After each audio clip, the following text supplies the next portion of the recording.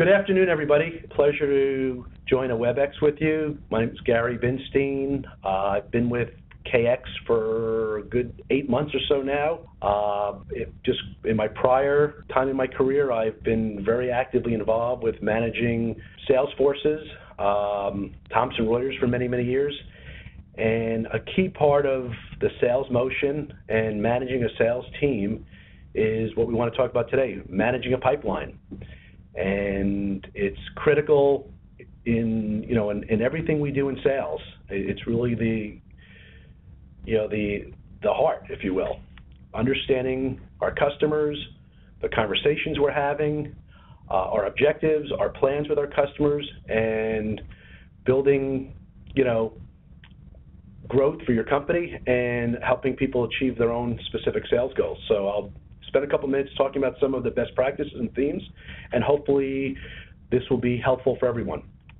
I think, keys to pipeline management, and I have it laid out here. There's a couple simple rules. I think rule 1, if it's not an eHub, it did not happen.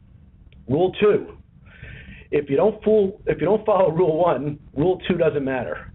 And really what I mean by that is, I don't want to make light of it, is the most important thing that I've learned through the years, through some great leaders, is transparency and accuracy, and the responsibility of the seller to update their pipeline and their activities is critical. And it's not critical so that your manager understands what you're doing. That's important too. But communication and letting folks in the firm or your specific group know where you are in the process is invaluable. Beyond just, like I alluded to, transparency and accuracy, it helps people help you advance the sales cycle and have conversations around when there might be issues, there might be steps you may not have thought of, there might be other people, most importantly, talking to your customer, and you always want to make sure you're coordinated and your activities in front of the customer make sense. The worst thing you can see is someone else call up a customer or your prospect, talking to them about something, and not having the advantage of knowing a prior conversation that you may have had. At times it makes us look unorganized, and it invariably has an effect on someone, how they view our organization. The other thing I would say too is, the data, people say garbage in, garbage out. On the slide here I say bad data, inaccurate data will hinder your ability to manage a pipeline. I can't emphasize that enough. The information you're putting into eHub, a CRM, is critical, and the accuracy of it, and as well the timeliness of it, is really important. Like I just alluded to, because multiple people may be having conversations. In some cases, especially some of the things we're doing here at KX with our major account program launched by Pat and others, we have executive sponsors that might be calling on customers we might be talking to. And it's critical that someone like Pat would know what is the latest information. So don't want to make light of rule 1, but best practices that I was taught through the years. I used to use Salesforce, and now am fortunate to use this fantastic tool, eHub, is what you do needs to be put in there. And if you don't, that can lead to all kinds of problems and confusion. And that's the last thing we want in a busy, fast-paced market that we're all in. So what is a sales pipeline? A sales pipeline, many of you, this might be the first time you're engaged in one, really is, and simply stated, is a visual snapshot of where your prospects are in the sales process. It allows you and others to see your activity, what stage in the sales cycle you're in. It helps with other types of data like win-loss data and the volume and velocity of your pipeline. And I'll talk about velocity and volume in a minute. Some people call a pipeline a sales funnel. A funnel is a visual representation of your opportunities and the various stages they're in. And obviously your pipeline represents the results from your prospecting, your lead generation, sales calls, outbound emails, webinars, and your day-to-day meetings. Throughout the years, when I've talked to sellers about their activity and their engagement with customers and prospects, which invariably leads to the data in your pipeline, I've always asked people what I call the 5 questions. And these are 5 questions I feel people need to ask themselves every day, including myself and what I do today in my engagements here at KX. Did I get a new prospect? Did I move a prospect from one stage in the sales cycle to another? Did I win a deal? Did I lose a deal? And 5th, did I speak to a customer? I've been trained to know that if the answer is no to all 5 of those questions on a daily basis, I really got to take stock of what did I do today? Because obviously getting a new prospect is fantastic. That begins the process of an engagement that can lead to an eventual sale. Did I move a prospect from one stage to another in a sales cycle? I'll talk in a few minutes about the stages we use in eHub, but to me, if I have someone that's at evaluation or qualification stage, and I move them to qualification based upon a number of steps, that's fantastic. I can go home that day feeling really good that I'm moving one step closer to closure. Did I win a deal? Well, we all know winning a deal is fantastic. Did I lose a deal?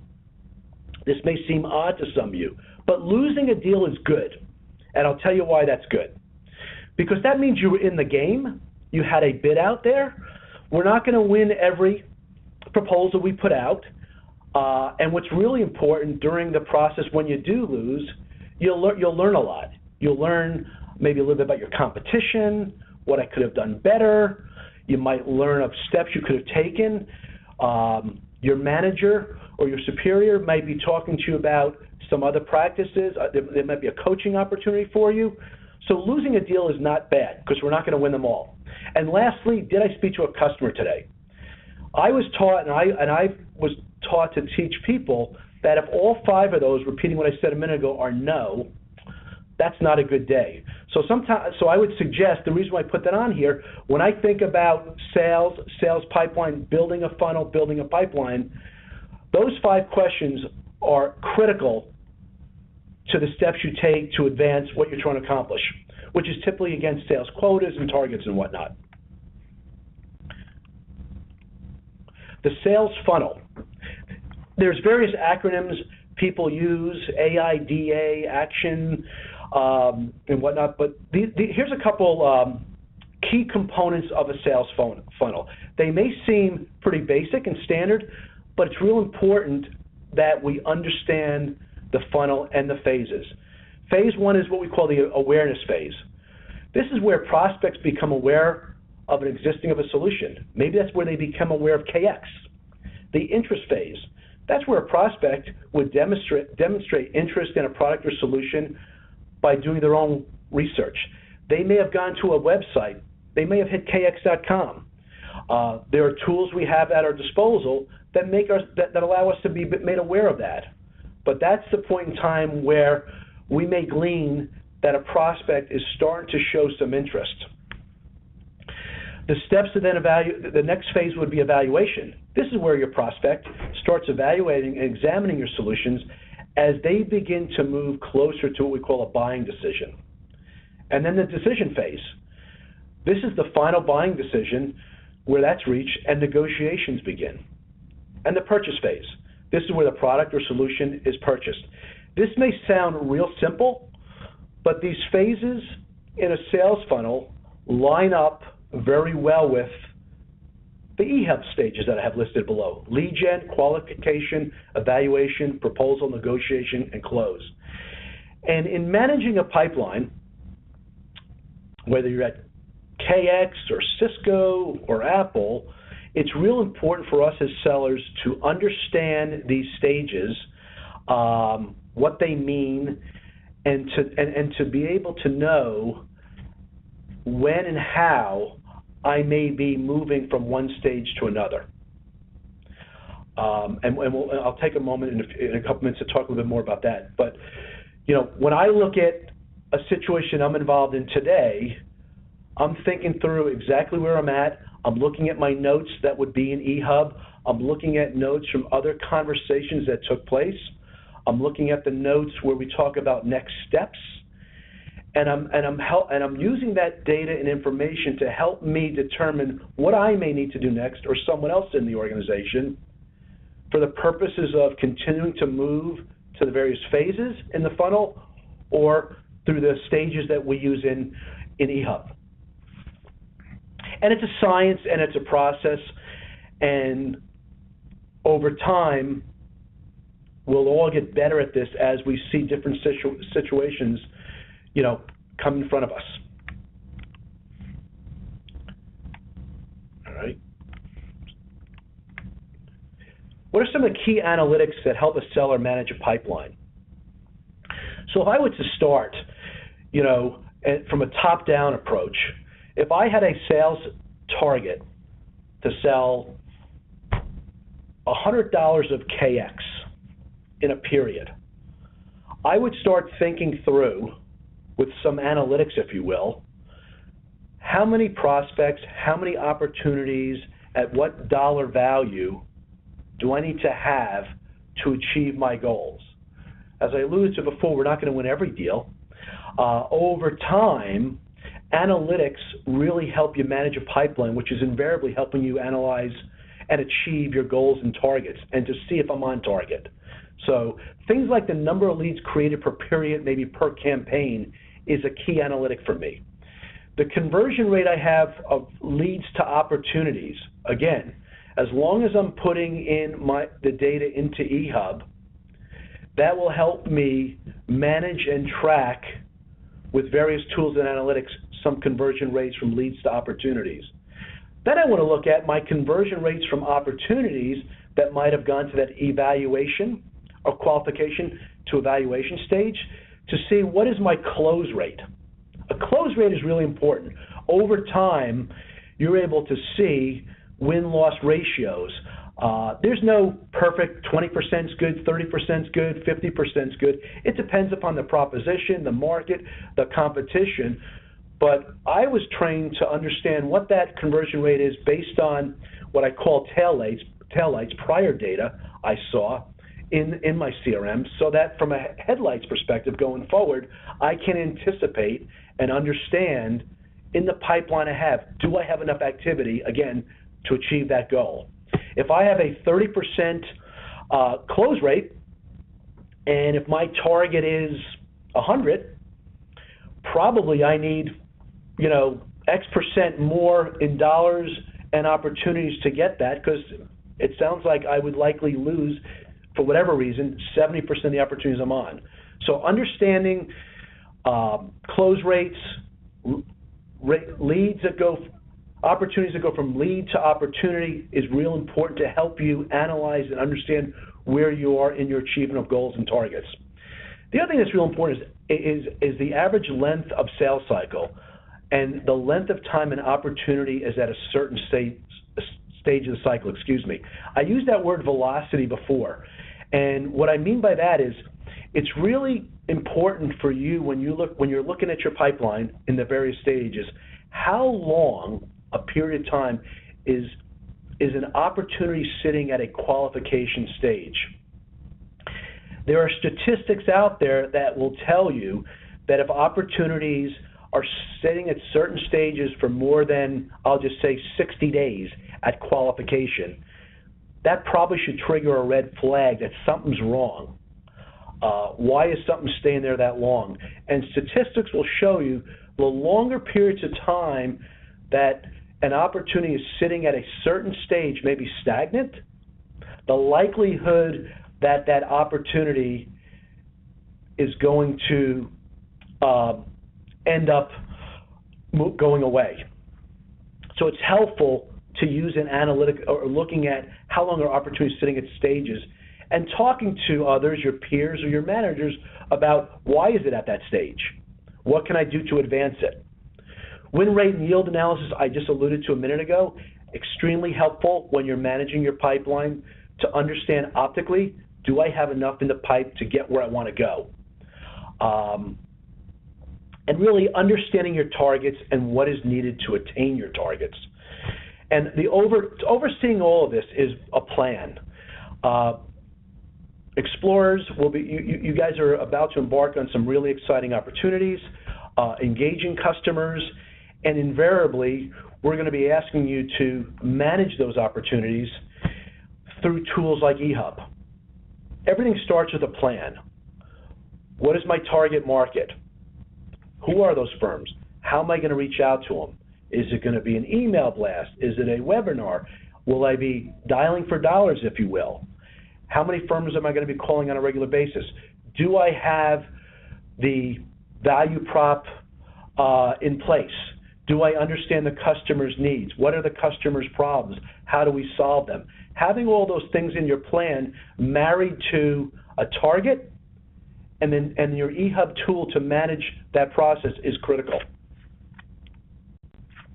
What are some of the common challenges with pipeline management? I've been doing this for 20 plus years, and I don't have all the answers. I'm not even close. Having said that, I am able to recognize some of the challenges where you have pitfalls, and the ability to get out of that will help you move forward. First and foremost, do I really know where I am in the sales cycle? That's easier said than done. Talking to our customers, we have complex customers, and we're helping them solve and support complex problems. But do I really know where I am in that cycle? That's critical. Have I set up the next step in the process with the customer? Is the pipe process fluid? So after I've left a meeting and I put all my information into eHub at the, let's just call it at the moment, the qualification stage, have I ascertained in that meeting and set up what would be the likely next step to continue advanced conversations with the customer?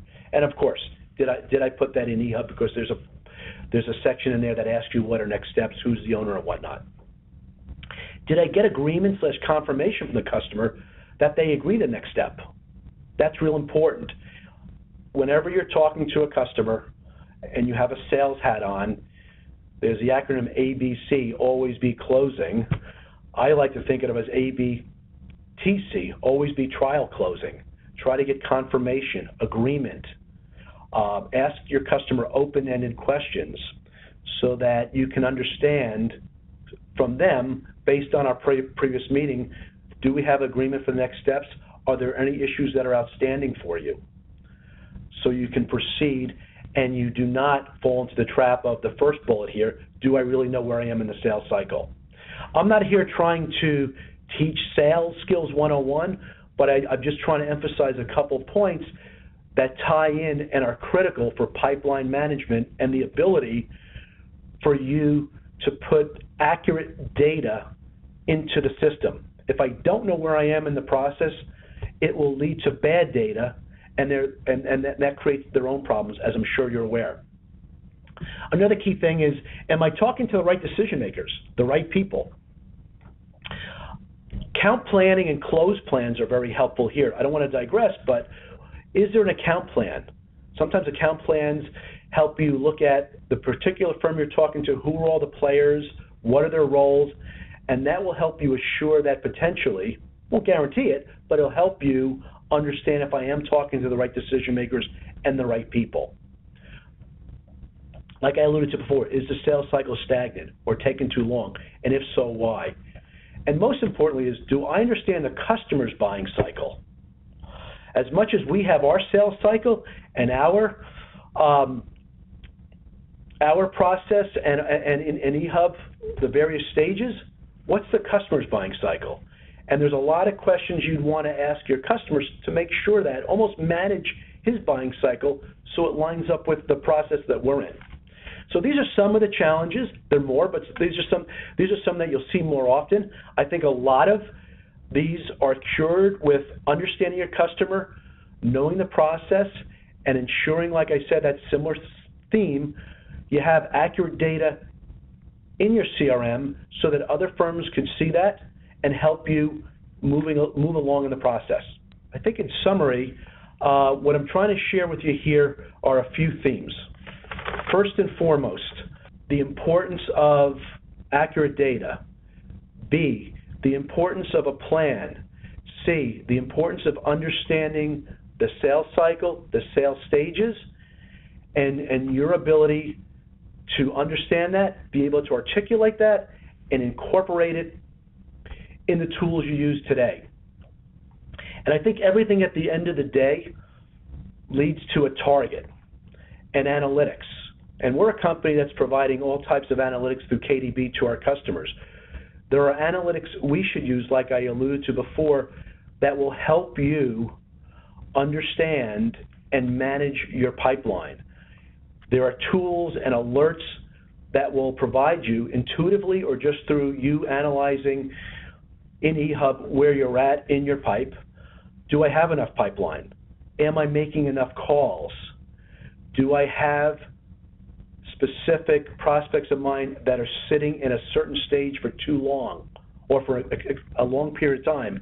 And that allows you to ask questions, talk to others, all for the purposes of knowing my customer, advancing the sales cycle, and learning from the steps in the process. Sales management, pipeline management is also all about time management, how I manage my time in the tool I'm using and in front of customers. And I think if you take some of these thoughts and ideas that I'm presenting you today and incorporate them in your day-to-day workflow, I'm confident that it will help you kind of manage effectively a pipeline, and at the end of the day, make you more successful with your customer engagement and the goals that your management would have in front of you. I appreciate your time, and I hope this is helpful. Thank you. I actually have a question, Gary, for you. Do you mind? No. So, for example, when you said about those 5 questions, you know, about when did I close a deal? So when do we realize how, like, that deal is closed? Like, as you said, it's only about, like, the length of the, for example, at which stage of the sales process would you consider a deal closed, you know? Well, what is the definition of a closed deal? Signature on an agreement. Okay. So the reason why, let me just say one thing. The reason why I brought up a couple of these points, you know, from my perspective, you know, pipeline management, there's 2 pieces to it. There's the end user who needs to be the seller, who needs to be able to understand the tool he or she is using, the various stages in the sales cycle, be able to articulate, put the type of data in the system so that it makes sense. And the most important part of managing a pipeline, to me, is the one-on-one engagement between that seller and his or her, I'll just call it manager. And I think it's during that process where a manager or a coach will spend time with people, talking to them about where they are, what you do, what the customers say, outside of what's in CRM, eHub, excuse me, and that leads to conversations so that I can help you understand where you're at and help you get to the next stage.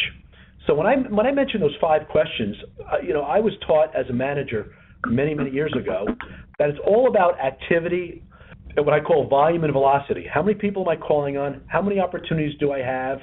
Am I moving a customer from one stage to another? And to me, if I'm a seller, if I want to figure out how I did today, you know, I can say I'm busy at this meeting, this training class, or I was doing this. But at the end of the day, if I'm not getting a new prospect every day and I'm not focused on that, if I'm not focused on having a prospect, moving a prospect further down the cycle, if I'm not winning a deal or losing a deal or speaking to a customer, you got to ask yourself, what did I do today? And sometimes people get too bogged down in thinking they're really in busy stuff. I come from, as a sales manager, you know, very analytical, and every day when I go home, I want to make sure I did one of those things. And if I did one of those things, I'm doing what the company asked me to do. If I didn't, you know, you got to kind of question, what'd you do today? So this is, to me, also about managing your time, because at the end of the day, if I'm an explorer and my role is to, you know, really help uncover opportunities for the firm, yeah, managing a pipeline, managing a funnel, understanding a funnel are key parts of it. But there's also the discipline of making sure that I'm doing all the things that drive a pipeline, and ensure that I'm constantly building it up to achieve my target and goal. Make sense? Yeah. Yeah. And on the other side, Gary, then when do we understand that we lost that deal? So when do you realize that, okay, we have no hope on this client or on this prospect, let's just move on? So I think you might realize that there's a few big hints that will help you realize that. One would be if I'm stuck at a certain stage in the sales cycle where I talk about that velocity for a tremendously long period of time. That's got to give you a big clue that something's wrong. And that's where you want to have conversations with your peers, your boss, whoever, to help you say, what am I doing wrong here? Why am I stuck here? But that's a leading indicator to letting you know something's going the wrong way. Either maybe the customer has no budget, maybe the project is out of scope, maybe there's been a change in what's going on at the organization, maybe you don't know that a competitor is in there and they already did a deal with someone else. But typically, if you're talking to the right people and you're engaged in conversations, you will be told at some point during the process, because customers are transparent as well, we went in a different direction. So there's a verbal conversation somewhere in that process, or electronic, that you'll be notified that we went in a different direction. And like I said a couple of minutes ago, I think, from my perspective, losing business is not the worst thing in the world, because that meant you had a bid out there. We're not going to win all the time. The best companies in the world, I think, from what I've seen, win-loss ratios higher than 30% are fantastic. And I think at KX, for folks, the win-loss ratios and yield analysis, that will establish itself over time as you learn more about, the conversation you're having, the types of customers, the type of competition, and how well positioned we are. But there's so many variables that would potentially lead to your question, being notified that we lost, if you will. But again, losing to me is not the worst thing in the world, because we're going to lose sometime, and you can learn from it. All right. So I hope I hit the mark for you. And I'm glad to help you any way I can in the future.